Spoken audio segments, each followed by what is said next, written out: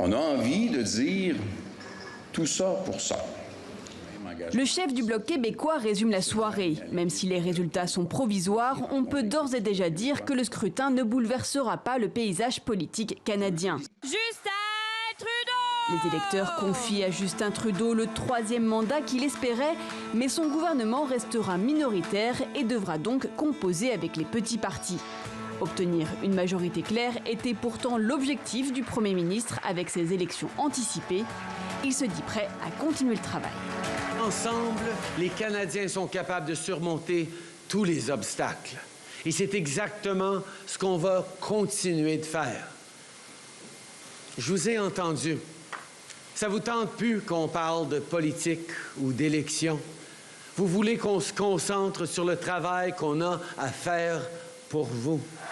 La Chambre des communes gardera donc peu ou prou le même visage.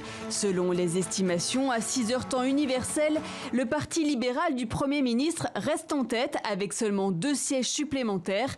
Les conservateurs en gagneraient 3, le Bloc québécois en perdrait 1, le nouveau Parti démocratique de Jagmeet Singh en gagnerait 2, au détriment des Verts qui ne conserveraient eux que 2 sièges à la Chambre.